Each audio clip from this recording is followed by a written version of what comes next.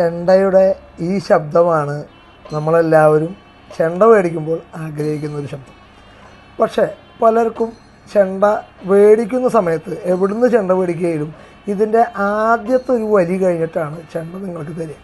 സ്വാഭാവികമായിട്ടും ഇതിൻ്റെ മിനിമത്തിലുള്ളൊരു ശബ്ദമായിരിക്കും നമ്മുടെ ചെണ്ടയ്ക്കുണ്ടായിരിക്കുക. അപ്പോൾ നമ്മളതിനെ കൊട്ടി തളർത്തി വട്ടത്തിന് ആവശ്യത്തിന് തളർച്ച കിട്ടിയതിന് ശേഷം രണ്ടാമത് വലിക്കുമ്പോഴാണ് വീണ്ടും ചെണ്ടയുടെ ശബ്ദത്തിൽ ഇമ്പ്രൂവ്മെൻറ്റുകൾ ഉണ്ടാവുക. ചെണ്ട 3 വലി കഴിഞ്ഞാൽ മേളത്തിന് പാകാവുന്ന ഇപ്പം നമ്മൾ കേട്ട മൂപ്പിലേക്കെത്തും. സാധാരണ നിലയിൽ മേടിച്ചിട്ട് ഇത്തരത്തിലൊരു മൂപ്പ് കിട്ടാതെ ചെണ്ടയുടെ ശബ്ദത്തിന് ഈ ഒരു ക്ലാരിറ്റി കിട്ടാതെ നിരാശപ്പെട്ടിട്ടുള്ള ഒരുപാട് ആളുകളുണ്ട്.